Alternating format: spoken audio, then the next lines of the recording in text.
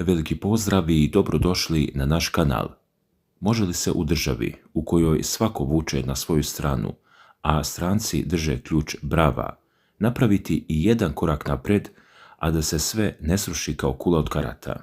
Kada pogledate Balkan, izgleda da ništa nije slučajno. Svaki potez na jednoj strani granice povlači žestoku reakciju na drugoj, a nit koja povezuje Pariz, Zagreb, Sarajevo, Mostar i Banja Luku tinja i napeta je situacija kao nikada pre. Upravo u toj napetosti krije se suština svega što se danas dešava u Bosni i Hercegovini. Dok jedni ulažu milione u jačanje državnih institucija, drugi se sastaju kako bi tim istim institucijama i stranim predstavnicima potpuno srezali krila. I tu dolazimo do ključne stvari. U domu HDZ-a BiH u Mostaru održan je sastanak delegacija HDZ-a BiH i SNSD-a, predvođenih Miloradom Dodikom i Draganom Čovićem. Na prvi pogled reklo bi se još jedan u nizu političkih razgovora, ali ovdje priča nestaje. Dvojica lidera su poslala poruku koja je uzdrmala političku scenu. Saradnja ove dve stranke funkcioniše jako dobro. Potpisan je sporazum još u decembru 2022. godine i namjera je da se tako nastavi ne samo do sljedećih izbora, već i nakon njih. Čović je naglasio da su uvijek tražili rješenja dogovorom, nikada na štetu trećeg, i da su, iako postoje razlike, nastojali da one ne budu vidljive javnosti. Na sastanku je predsjedavajuća Veća ministara BiH Borjana Krišto detaljno pojasnila šta se u samom veću može uraditi do kraja ovog mjeseca, prije nego što nastupi letnja pauza i krenu predizborne aktivnosti, zbog kojih sednica verovatno neće ni biti. Međutim, pazite sad, ono što je podiglo najveću prašinu jesu odgovori na novinarska pitanja. Dragan Čović je otvoreno izjavio da je najrealnije za sve u BiH da se potpuno stave van snage sve odluke koje su donosili visoki predstavnici. To je direktan udar na dosadašnji sistem međunarodnog nadzora. Čović je dodao i da od Veća za implementaciju mira, PIK, očekuje da konačno reši pitanje trenutno upražnjenog mjesta visokog predstavnika. Slušajte ovo, Milorad Dodik je otišao još korak dalje. U svom prepoznatljivom, oštrom stilu on tvrdi da bi Bosna i Hercegovina, koju naziva već pocepanom, prosto propala da nema SNSD-a i HDZ-a BiH. Prema njegovim riječima, u Bosni i Hercegovini je zavladala međunarodna mafija koja je smenjivala i imenovala zvaničnike, a on nije siguran ni da je ovome kraj. Dodik je javno poručio da hrišćani trpe pritisak od strane muslimana u Bosni i da sve to mora da zna. A što se tiče nametnutih odluka, predsjednik SNSD-a je bio jasan. Dok se ne ponište sve odluke visokih predstavnika, on neće prihvatiti ništa što su oni nametnuli. Osvrnuo se i na rad visokog predstavnika Kristijana Šmita rekavši da je on otišao, ali da je, kako se dramatično izrazio, smeće ostalo iza njega. Dodik je također iznio sumnju da majstori iz Centralne izborne komisije Bosne i Hercegovine žele da zbune narod nekim imenima na tabli, dodajući da bi u normalnim zemljama lideri seli i sami dogovorili izborne uslove. Zato je važno razumjeti sljedeće. Ključna tačka spajanja između Čovića i Dodika jeste pitanje položaja hrvatskog naroda i izbornog zakona. Dodik tvrdi da je hrvatski narod ponižen u smislu izbora člana predsjedništva Bosne i Hercegovine i obećava da će SNSD podržati svaku inicijativu da se to reši kroz uvođenje posebne izborne jedinice. Predlaže da se u Federaciji BiH naprave dve izborne jedinice za predsjedništvo kako bi se očuvala konstitutivnost. Istovremeno, Dodik podvlači crvenu liniju za Republiku Srpsku. Predstavnici iz Republike Srpske neće dati saglasnost da se menja Ustav BiH u delu koji se odnosi na izbor srpskog člana predsjedništva, gdje ostaje kvalifikacija da se bira Srbin iz Republike Srpske i to neposredno. Za Željka Komšića je rekao da je karikatura izabrana hrvatskim glasovima, optužujući Bošnjake, a pre svega islamsku zajednicu kao glavnog koordinatora, da su sramno iskoristili nedorečenosti u zakonu. Ovo menja celu sliku i savršeno se nadovezuje na ono što se paralelno dešava sa druge strane granice u Zagrebu. Kako prenose hrvatski mediji, u Hrvatskom saboru se priprema rezolucija o podršci Hrvatima u Bosni i Hercegovini koju su usaglasili HDZ i Domovinski pokret Ivana Penave, koji je i potpredsjednik Sabora. Tom rezolucijom, koja ima 9 tačaka, Sabor planira da osudi otvorene pozive na izborni inženjering i preglasavanje Hrvata, te da pruži punu institucionalnu podršku uspostavljanju zasebne izborne jedinice za izbor hrvatskog člana predsjedništva Bosne i Hercegovine. U predlogu se navodi da hrvatski narod u trenutnim okolnostima ne ostvaruju u potpunosti svoju ustavom zagarantovanu konstitutivnost, što ovo pitanje čini predmetom legitimnog interesa Republike Hrvatske kao potpisnice Vašingtonskog i Dejtonskog mirovnog sporazuma. Dalje, kako se navodi, vlada premijera Andreja Plenkovića poziva se da iskoristi sve političke, pravne i diplomatske mehanizme unutar Europske unije kako bi zaštitila interese Hrvata, ali i da nastavi financijsku podršku njihovim institucijama, uz jasno naglašavanje da se time ne zadire u suverenitet i teritorijalni integritet Bosne. Dokument podsjeća i na istorijsku činjenicu da su Hrvati na referendumu snažno podržali nezavisnost Bosne kao države ravnopravnih građana i 3 konstitutivna naroda, te poziva građane sa pravom glasa da masovno izađu na predstojeće opšte izbore 4. oktobra. Saborski poslanici će o ovome raspravljati utorak, a glasanje je zakazano za sredu, pre letnje pauze. Čović je u Mostaru potvrdio da rješenje ovih pitanja mora ići kroz institucije Bosne i Hercegovine, parlament i vijeće ministara, jer bi u suprotnom zemlja mogla da izgubi još 4 godine.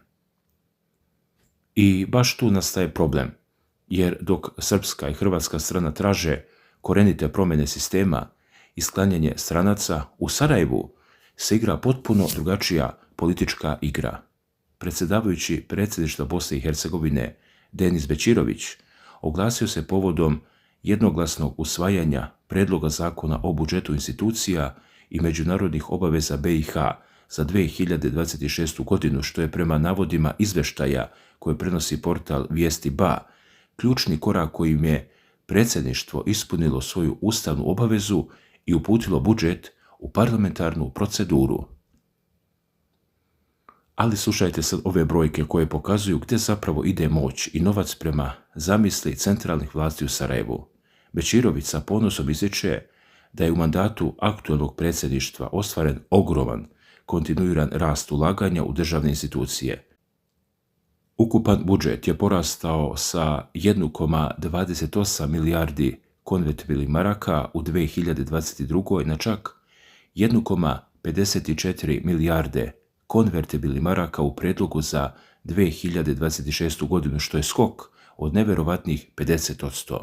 Pazi kako su raspoređena ta sredstva. Budžet za spoljnu politiku veći je za 27%, odbranu za 46%, pravosuđe za 56%, a bezbednosni sektor je ojačan za čak 61%. Kada se pogleda unutar ministarstva, podaci koje iznosi Bećirović pokazuju da Ministarstvo bezbednosti BiH beleži rast od 131%, obaveštajno bezbednosna agencija OSA za 82%, visoko sudstvo i tužilačko veće VSTV za 117%, služba za poslove sa strancima za 101%, direkcija za koordinaciju policijskih tela za 61%, SIPA za 49%, a granična policija Bosne i Hercegovine za 46%. Čak su i izdvajanja za memorijalni centar Srebrenica Potočari porasla za 48%. Samo Ministarstvo odbrane BiH ide više od 50 miliona konvertibilnih maraka dodatnih sredstava. Bećirović naglašava da se ovim jačaju odbrambeni i bezbednosni kapaciteti države, štiti ustavni poredak i stvaraju uslovi za veće plate zaposlenih, čime se pokazuje direktna odgovornost prema državi i građanima. Finansijski se osnažuju i IDDEA, kao i Uprava za indirektno oporezivanje Bosne i Hercegovine.